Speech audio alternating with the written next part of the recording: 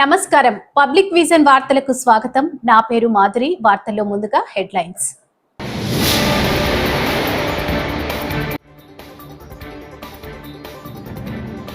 పిఠాపురంలో 100 పడకల ఆసుపత్రికి శంకుస్థాపన చేసిన డిప్యూటీ సీఎం పవన్.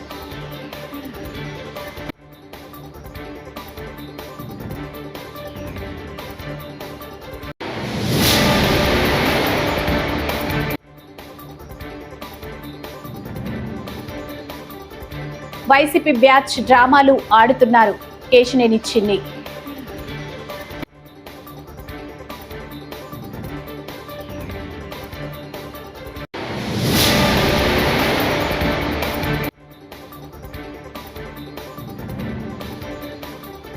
సినిమాల్లోకి వెళ్తా అంటే నువ్వంతా అందగాడివా అనేవారు చిరంజీవి.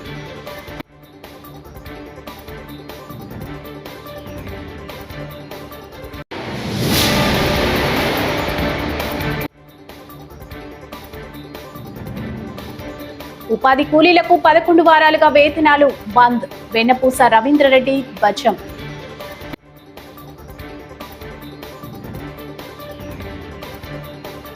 ఇక డీటెయిల్స్ చూస్తే ఆంధ్రప్రదేశ్ ఉప ముఖ్యమంత్రి పిఠాపురం ఎమ్మెల్యే పవన్ కళ్యాణ్ తన నియోజకవర్గం అభివృద్ధిపై ప్రత్యేక దృష్టి సారించారు. ఇందులో భాగంగా పిఠాపురంలోని ప్రభుత్వ ఆసుపత్రిని 100 పడకల స్థాయికి పెంచుతా అని చేపట్టిన నిర్మాణ పనులకు ఆయన నేడు శంకుస్థాపన చేశారు. ప్రస్తుతం 30 పడకలతో ఉన్న ఈ ఆసుపత్రిని అప్గ్రేడ్ చేయనున్నారు.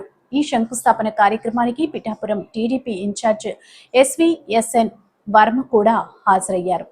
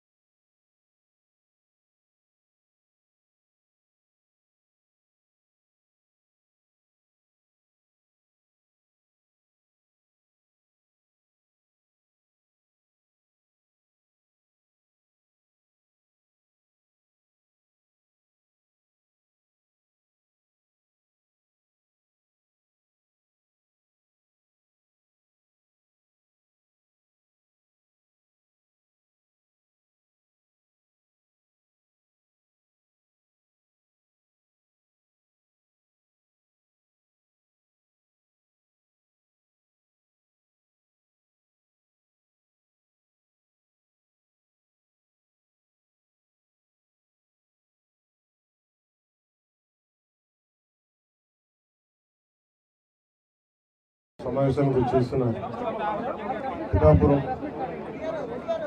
మీడియా సోదరులకి, సోదరిమణులకి, మీడియా అధిపతులకి అందరికీ నారా చంద్రబాబు నాయుడు గారి నాయకత్వంలోని ఎన్డీఏ కూటమి ప్రభుత్వం తరఫున అందరికీ నా హృదయపూర్వక నమస్కారాలు.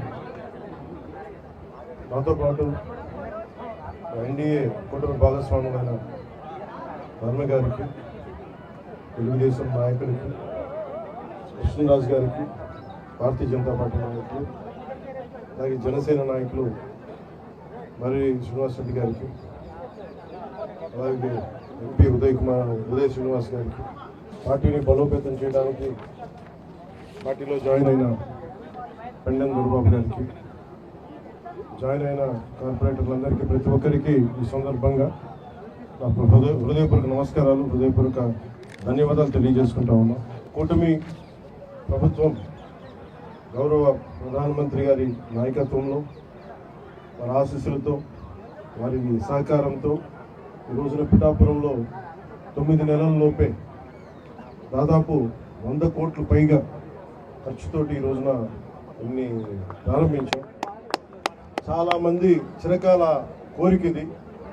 ఎన్నికల ప్రచార సమయంలో అందరూ అడుగుతుంది 30 పడకల కమ్యూనిటీ హెల్త్ సెంటర్ని దాదాపు 100 బెడెడ్ ఏరియా హాస్పిటల్గా అభివృద్ధి చేయాలని అందరూ కోరిన మీదట ఈ రోజున 34 కోట్ల అంచనా వ్యయంతో నిర్మాణ పనులకు నేడు శంకుస్థాపన చేయడం జరిగింది. అదేవిధంగా 2 కొత్త బ్లాకులు, మరి OP ward, mortuary ward, dialysis మరియు బ్లడ్ బ్యాంక్, అధునాతన మెషిన్లు అందుబాటులోకి రావడం జరుగుతుంది. నూతనంగా డెర్మటాలజీ డిపార్ట్మెంట్స్ ఏర్పాటు, ophthalmology, radiology, pathology departments, ENT departments కూడా ఏర్పాటు చేయడం జరుగుతుంది. దీని ద్వారా పిఠాపురం ప్రజలకి నియోజకవర్గం ప్రజలకే కాకుండా ఇక్కడున్న 3 లక్షల ప్రజలకే కాకుండా చుట్టుపక్కల 6 మండలాల ప్రజలకు కూడా చాలా మెరుగైన ఉచిత వైద్యం అందించడం జరుగుతుంది.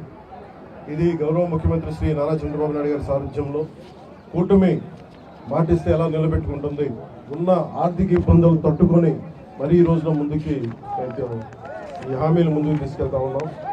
అలాగే గతంలో గొల్లపూడి సభలో ఇచ్చిన హామీ మేరకు నేడు ఉప్పాడ కొత్తపల్లి మండలంలో సామాన్య ప్రజలకు తక్కువ ఖర్చుతో వివాహాలు జరుపుకునేందుకు అవకాశం కల్పిస్తూ 2 కోట్ల అంచనా వ్యయంతో టీటీడీ కళ్యాణ మండపం నిర్మాణానికి శంకుస్థాపన చేయడం జరిగింది. నిర్మాణ పనులు వేగంగా పూర్తి చేసి ప్రజలు సేవలోకి తీసుకురావడం జరుగుతుంది. ఇందులో చుట్టుపక్కల గ్రామాల్లోని గల సుమారు 10,000 కుటుంబాలకి చాలా తక్కువ రుసుముతో వివాహం చేసుకునే సౌకర్యం లభిస్తుంది. ప్రతి ఒక్కరి జీవితంలో మైండ్ సెట్ షిఫ్ట్ చాలా అవసరమని ప్రముఖ నటుడు చిరంజీవి అన్నారు. మంత్రి నారాయణ కుమార్తె శరణి రచించిన మైండ్ సెట్ షిఫ్ట్ పుస్తక ఆవిష్కరణ కార్యక్రమం విజయవాడలో గురువారం ఘనంగా జరిగింది. ఈ కార్యక్రమంలో ఏపీ సీఎం చంద్రబాబుతో కలిసి చిరంజీవి ముఖ్య అతిథిగా హాజరయ్యారు. ఈ సందర్భంగా ఆయన తన సినీ జీవితం తొలినాళ్లకు సంబంధించిన పలు ఆసక్తికర విషయాలను అభిమానులతో పంచుకున్నారు. విద్యార్థి నాయకుడి నుంచి ఏపీ సీఎం వరకు చంద్రబాబు ఎదిగిన తీరుపై చిరంజీవి ప్రశంసలు కురిపించారు. ఎంతో హెల్ప్ అయింది. మైండ్ సెట్ షిఫ్ట్ అనేది అత్యంత అవసరం. మనం ఒక గాడిన పడి అదే ధోరణిలో ఒక గానుగెద్దులాగా కష్టపడతాం. ప్రతి వాళ్ళు కష్టపడతారు. బట్ ఆ కష్టపడటంలో స్మార్ట్గా కష్టపడతారా, హార్డ్ వర్క్ తోటి వాళ్ళు కష్టపడుతున్నారా అనే దాని మీద మనం ఆలోచించుకుంటే కనుక అదే గానుగెద్దులాగా అదే కష్టంతో అలాగే జీవితాన్ని వెళ్ళదీసే వస్తారు. అట్లాగే ఏదో టైంలో రిటైర్డ్ అయిపోతారు, జీవితం చాలిస్తారు, ఇది చాలు ఈ జన్మకి ఇంతే అనుకుంటారు. అది కరెక్ట్ కాదు. మైండ్ షిఫ్ట్ చేయడం మూలంగా కష్టపడే మనస్తత్వం ఉంటే నీ ఇష్టమైనటువంటి ప్రొఫెషన్లో కనుక నువ్వు ఉండగలిగితే ఆ రాణింపు, ఆ వెళ్ళే హైట్స్ అది వేరే. అంటే ఉదాహరణకి నేను చెప్పుకుంటే నా గురించి సాదాసీదా కుటుంబంలో పుట్టి ఒక మామూలుగా ఒక డిగ్రీలో యావరేజ్ మార్కులతో చేసిన తర్వాత ఏం చేయాలి, ఎలా చేయాలి అని అనుకుంటే నా తల్లిదండ్రులు నన్ను గైడ్ చేసేంత నాలెడ్జ్ కూడా వాళ్ళకి లేదు. అలాంటి టైంలో నాకు అనిపించింది, నాకు చిన్నప్పటి నుంచి ఇంట్రెస్ట్ యాక్టింగ్. 10th క్లాస్ చదువుతున్నప్పుడు ఒక డ్రామా వేశాను, బెస్ట్ యాక్టర్ వచ్చింది. కాలేజ్ డేస్లో ఇంకో డ్రామా వేశాను, అది బెస్ట్ యాక్టర్ వచ్చింది. అది documented, it's that full proof. So నాకు అనిపించింది, ఓహో మనలో గొప్ప నటుడు ఉన్నారనమాట. మనం కనుక ట్రై చేస్తే సినిమా ఇండస్ట్రీలో ఒక లెవెల్లో ఉండొచ్చు అనమాట. ఎందుకు వెళ్ళకూడదు మనం సినిమా ఇండస్ట్రీకి అని అనగానే ఎవరితో మాట్లాడినా సరే, సినిమా ఇండస్ట్రీ తక్కువ అనుకుంటున్నావా, నీకు తెలిసిన వాళ్ళు ఉన్నారా, నువ్వు వెళ్ళగానే పెద్ద గొప్ప అందగాడేవా, నేను వెల్కమ్ చేసేస్తారా అంటూ అందరూ నెగిటివ్గానే అనేవాడు. అదే సహజం. ఎందుకంటే ఇండస్ట్రీకి వెళ్ళి పాడైపోయిన వాళ్ళు అధిక సంఖ్యలో కనబడుతున్నప్పుడు నేను ఎక్కడో లింగులు ఇటుకుమంటూ నర్సాపురం మొగల్తూరు ఆ ప్రాంతం నుంచి వెళితే కనుక ఎంకరేజ్ చేసే భలే ఉన్నారో వెళ్ళరా అనేవాళ్ళు ఎందుకు ఉంటారు. కానీ లోపల నా తపన అంతా ఖచ్చితంగా వెళ్తే వెళ్ళాలి అనిపించింది. అదే విషయం అమ్మా నాన్నలు చెప్పాను. నేను మైండ్ షిఫ్ట్ గురించి మాట్లాడుతున్నాను. అమ్మా నాన్నలు చెప్తే, నువ్వు వెళితే నీకు ఇంట్రెస్ట్ ఉంటే వెళ్ళు, కానీ ఏదైనా జరగచ్చు, రేపు పొద్దున రాణించవచ్చు, రాణించకపోవచ్చు. అలాంటి పరిస్థితుల్లో టైం వేస్ట్ కాకుండా ఇంకో కోర్స్ కూడా చేస్తే, నువ్వు చెన్నై వెళ్తానంటున్నావు, నీ ఫిలిం ఇన్స్టిట్యూట్ ట్రైనింగ్తో పాటు ఇంకో కోర్స్ కూడా చేస్తే బాగుంటుంది కదా.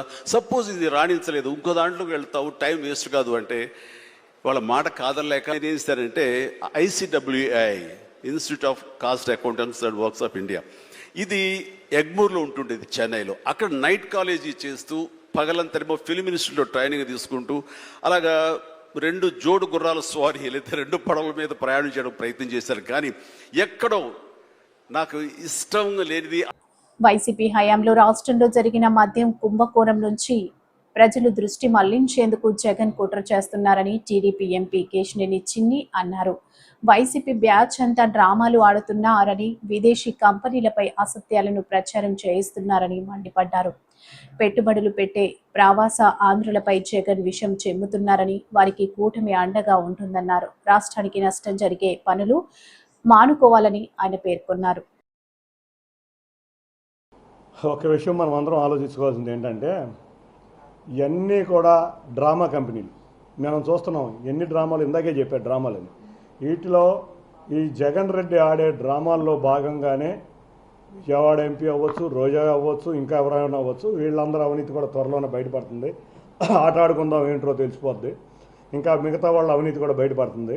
వీళ్ళందరూ కూడా ఏదో ఒకటి కుళ్ళు, ఒకళ్ళకి ఆ రాష్ట్ర అభివృద్ధి అవసరం లేదు, ఒకళ్ళకి రాజకీయ అభివృద్ధి, రాజకీయ విద్వేషాలు అవసరం. నేను అందరినీ కోరేది ఏమిటే, మీకు జగన్ రెడ్డి, నీకు నీ ఉల్ఫా బ్యాచ్కి నా మీద ఏదన్నా రాజకీయంగా చేయాలంటే నా మీద చేయి రాజకీయంగా, అంతేగాని పెట్టుబడిదారుల్ని అడ్డు పెట్టుకుని నా మీద బురద జల్లి వాళ్ళని ఏదో భయపెట్టాలని ఆలోచించొద్దు. మా ప్రభుత్వం ఇటువంటి వాటిని అందరినీ హెచ్చరిస్తున్నా. నువ్వు రాజకీయంగా ఎదుర్కొనాలంటే నీ ఉల్ఫా బ్యాచ్తో నన్ను ఎదుర్కో, నా మీద ఈ అబండాలు, అంతేగాని వచ్చేవారి మీద, పెట్టుబడిదారుల మీద అబండాలు వేయొద్దని తెలియజేసుకుంటున్నాను. రాష్ట్రంలో ఉపాధి హామీ కూలీలకు 11 వారాలుగా వేతనాలు చెల్లించడం లేదని, పంచాయతీరాజ్ శాఖకు కేంద్రం ఇస్తున్న నిధులను టీడీపీ కూటమి ప్రభుత్వం యథేచ్ఛగా దారి మళ్లిస్తుందని వైఎస్ఆర్ సిపి పంచాయతీరాజ్ విభాగం అధ్యక్షుడు వెన్నపూస రవీంద్రరెడ్డి ఆక్షేపించారు. పంచాయతీలకు కేంద్రం ఇచ్చిన నిధులు 1120 కోట్లు దారి మళ్లించిన ప్రభుత్వం ఆ ఖాతాలో ఉన్న మరో 500 కోట్లు కేవలం 20 రోజుల్లోనే వెనక్కి తీసుకుందని పార్టీ కేంద్ర కార్యాలయంలో మీడియాతో మాట్లాడిన ఆయన తెలిపారు. ఈ రాష్ట్ర ప్రజలకు నేను పెద్ద కూలీగా ఉంటా, మీకు అన్ని విషయాల్లో చేదోడు వాదోడు ఉంటా అని చెప్పి అనేక రకాలైనటువంటి జిమ్మిక్కు మాటలన్నీ మాట్లాడి అధికారంలోకి వచ్చిన తర్వాత ఈరోజు కూలీ అనేటువంటి పదం ఉచ్చరించడానికే నా మనసు అంగీకరించడం లేదంటే, పవన్ కళ్యాణ్ గారు నీకు ప్రజల పట్ల, ఉపాధి హామీ కూలీల పట్ల ఏ రకమైనటువంటి చిత్తశుద్ధి ఉంది? ఈరోజు అధికారానికి ముందు ఒక రకం, అధికారం వచ్చిన తర్వాత ఒక రకం, ఈరోజు జిత్తులు మారి వేషాలు వేస్తున్నటువంటి పవన్ కళ్యాణ్ ఇది ఎంత మటుకు సమంజసం అని చెప్పి ఈ సందర్భంగా అడుగుతా ఉన్నాం. ఈరోజు పవన్ కళ్యాణ్ గారు, ఈరోజు మీరు పంచాయతీరాజ్ శాఖ మంత్రి అయిన తర్వాత ఈరోజు ఫిబ్రవరి 6వ తేదీ నుంచి అంటే దాదాపు 11 వారాలు పాటు ఈరోజు ఉపాధి హామీ పనులకు కూలీలకు హాజరైనటువంటి కూలీలకు కూడా ఈ రోజు కూడా రాష్ట్ర ప్రభుత్వం ఈ రోజు కూడా కూలీల డబ్బులు చెల్లించకపోతే ఆ నిరుపేదలు ఈరోజు జాబ్ కార్డు ఆధారంగా ఈరోజు గ్రామాల్లో ఎండాకాలం ఈరోజు రాయలసీమలో కావచ్చు, ప్రకాశం జిల్లాలో కావచ్చు, ఉత్తరాంధ్ర జిల్లాల్లో ఈరోజు పనులు లేక, వ్యవసాయ కూలీ పనులు లేక ఈరోజు ఉపాధి హామీ కూలీలకు వెళ్తే ఆ కూలీ డబ్బులు కూడా నేటికి కూడా అందకపోతే ఏ రకమైనటువంటి పండగ చేసుకోవాలో ఈరోజు మీ కూటమి ప్రభుత్వమే ఈరోజు ప్రజలకు ఆ ఫార్ములా ఏదైనా కనుక్కుంటే ఆ ఫార్ములా చెప్పాలని చెప్పి ఈ సందర్భంగా అడుగుతా ఉన్నాం. ఈరోజు కేంద్రంలో మీ ప్రభుత్వమే ఉంది, అక్కడ పెమ్మసాని చంద్రశేఖర్ ఈరోజు ఆర్డీ మినిస్టర్ కేంద్రంలో, ఇక్కడ మీరు మా బలమైనటువంటి ప్రభుత్వము, మా ద్వారానే నడుస్తున్నటువంటి కేంద్ర ప్రభుత్వం అని చెప్పి ఈరోజు మీరు బాజాలు మోదుకునేటువంటి వాళ్ళు ఈరోజు కూడా 11 వారాలు అయినప్పటికీ కూడా ఎక్కడే కానీ ఈరోజు కేంద్ర ప్రభుత్వం మీద ఒత్తిడి తీసుకొచ్చి కనీసం కూలీలకు డబ్బులు ఇప్పించలేనటువంటి అయోగ్యమైనటువంటి పరిస్థితిలో ఉన్నందుకు ఈరోజు ఉపాధి హామీ కూలీలు ఈ రాష్ట్రంలో పండుగ చేసుకోవాలా అని చెప్పి అడుగుతా ఉన్నా. ఇంకొక గొప్ప విషయం ఏంటంటే, గతంలో నుంచి మేము చెప్తున్నాం ఉపాధి హామీ కూలీల్లో, ఉపాధి హామీల్లో పెద్ద ఎత్తున అవినీతి జరుగుతూ ఉందని చెప్పి. ఇంకా ఆసక్తికరమైనటువంటి విషయం ఏంటంటే, మేట్లు అనేటువంటి వాళ్ళు ఉంటారు ఫీల్డ్ అసిస్టెంట్ కింద, వీళ్ళు 50 మందికి ఒకరు ఉంటారు. ఈ మేట్లు అనేటువంటి దాన్ని కూడా ఒక పోస్టులుగా చిత్రీకరించి ఈరోజు తెలుగుదేశం పార్టీ నాయకులు. యాదగిరిగుట్ట పుణ్యక్షేత్రంలో భక్తుల రద్దీ పెరిగింది. ఆలయ పరిసరాలన్నీ భక్తులతో కిటకిటలాడాయి. వేసవి సెలవుల దృష్ట్యా భక్తులు ఆలయానికి తరలివచ్చారు. శ్రీ లక్ష్మీ నరసింహస్వామి వారి దర్శనానికి భక్తులు క్యూలైన్లలో బారులు తీరారు.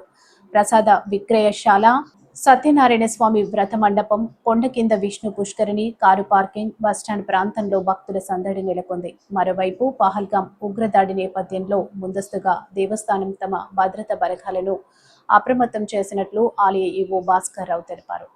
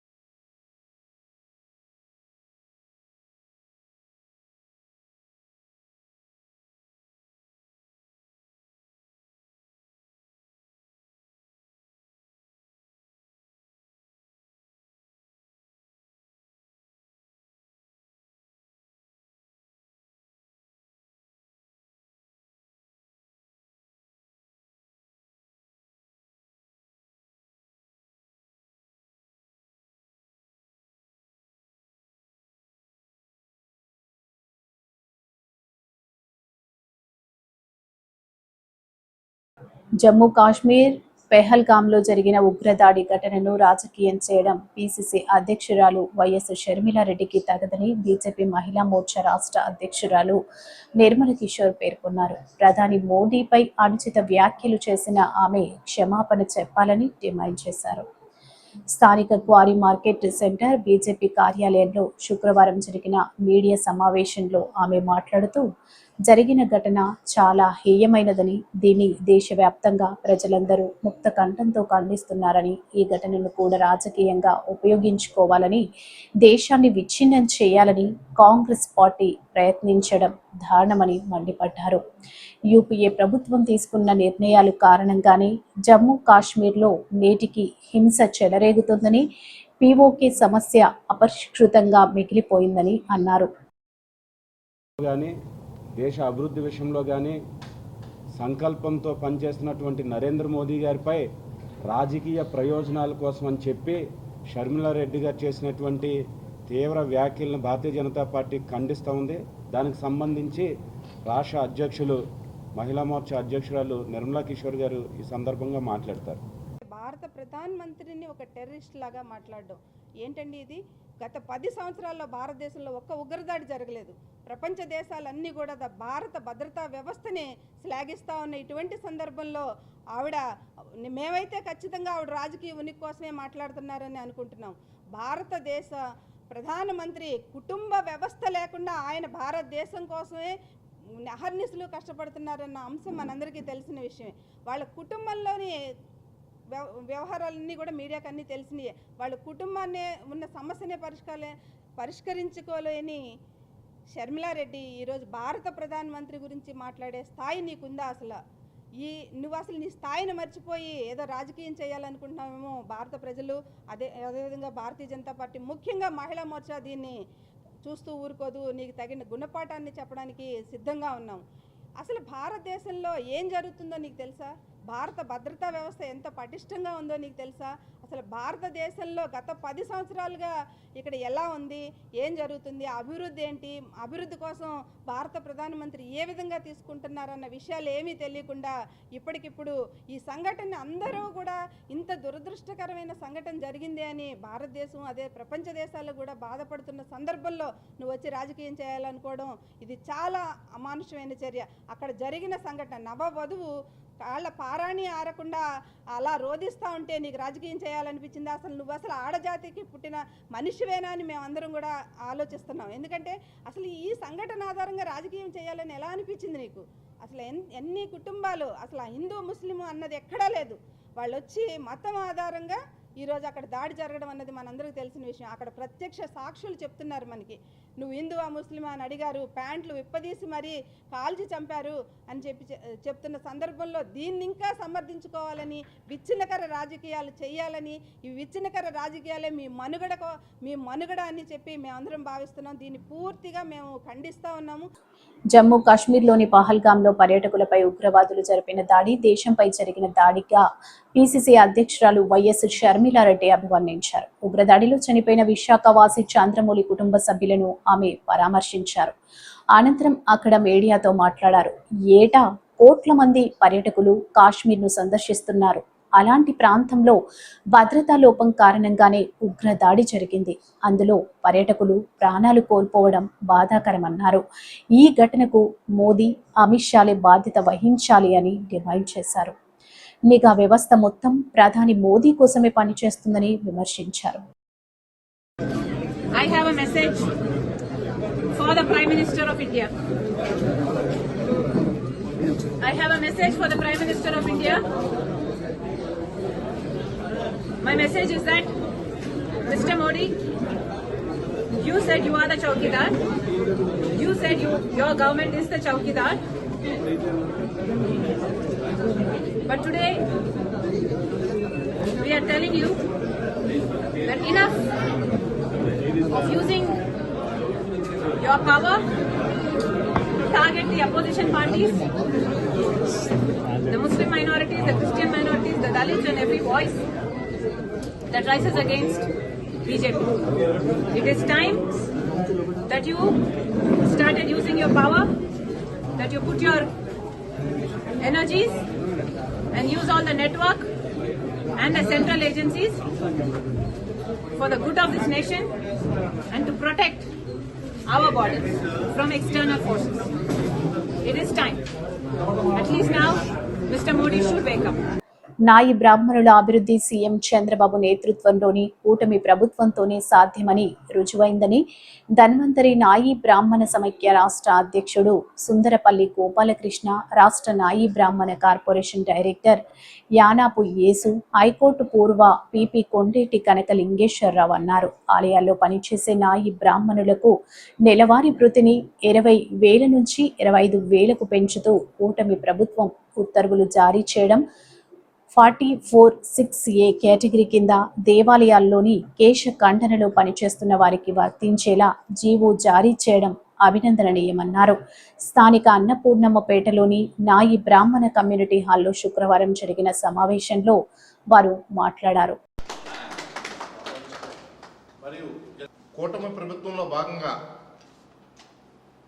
సీఎం చంద్రబాబు నాయుడు గారికి, ఉప ముఖ్యమంత్రి వర్యులు పవన్ కళ్యాణ్ గారికి మరియు రాజమండ్రి ఎంపీ అయిన దగ్గుబాటి పురంధేశ్వరి గారికి నాయి బ్రాహ్మణ కార్పొరేషన్ తరఫున మరియు నాయి బ్రాహ్మణుల కుటుంబం తరఫున ప్రత్యేక ధన్యవాదాలు.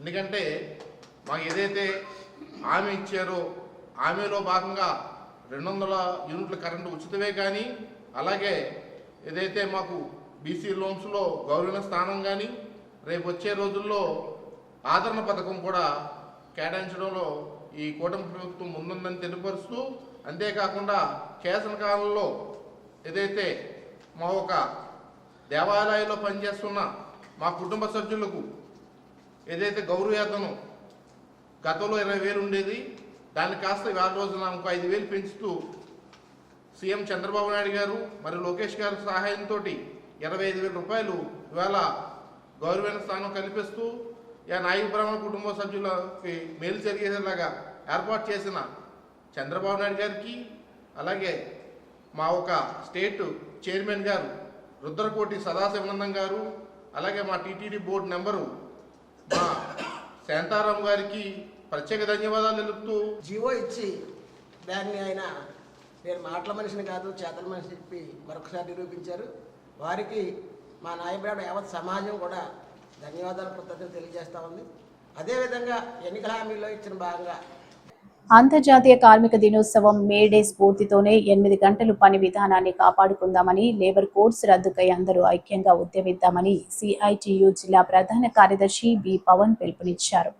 స్థానిక శ్యామల సెంటర్ వద్ద సిఐటియు కార్యాలయంలో మేడే సందర్భంగా ప్రత్యేక కరపత్రాన్ని సిఐటియు జిల్లా నాయకత్వం విడుదల చేశారు. ఈ సందర్భంగా పవన్ మాట్లాడుతూ, ప్రపంచ కార్మిక వర్గ చరిత్రను 1886 అమెరికాలోని చికాగోలో జరిగిన కార్మిక తిరుగుబాటు మలుపు తిప్పిందని, వందలాది మంది కార్మికుల ప్రాణ త్యాగాలతో పుట్టిన ఎర్ర జెండా పోరాటానికి పెట్టుబడిదారులు తలొగ్గి 8 గంటల పని విధానాన్ని అమల్లోకి వచ్చిందని గుర్తు చేశారు.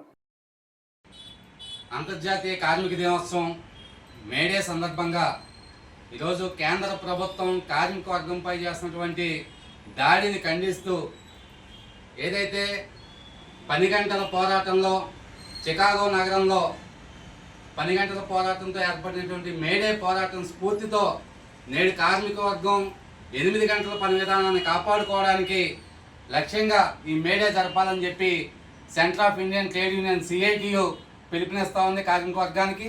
అదేవిధంగా ఈరోజు కేంద్ర ప్రభుత్వం కార్మికులు స్వతంత్రం పూర్వం నుంచి పోరాడి సాధించుకున్నటువంటి కార్మిక చట్టాలన్నింటినీ రద్దు చేసేటువంటి 4 లేబర్ కోడ్లని నరేంద్ర మోడీ నాయకత్వంలో బీజేపీ కేంద్ర ప్రభుత్వం నేడు తీసుకొచ్చింది. ఈ లేబర్ కోడ్లను రద్దు చేయాలని కూడా ఈ మేడే సందర్భంగా కార్మిక వర్గం పోరాటానికి సంసిద్ధం కావాలని, ఆ రకంగా మేడేని కార్మిక వర్గం మొత్తం అన్ని కార్మిక వాడల్లోని అన్ని పరిశ్రమల వద్ద అన్ని సంఘాలు పతాకావిష్కరణ చెప్పి పెద్ద ఎత్తున ర్యాలీలు జరపాలని, కార్మిక వర్గం మొత్తం మేడే స్ఫూర్తితో హక్కులు కాపాడుకోవడానికి ఉద్యమించాలని చెప్పి ఈ సందర్భంగా తూర్పుగోదావరి జిల్లా కమిటీ ఒక కరపత్రాన్ని విడుదల చేసి కార్మిక వర్గానికి అందరికీ అందజేస్తా ఉంది. ఈ వార్తలు ఇంతటితో సమాప్తం. నమస్కారం.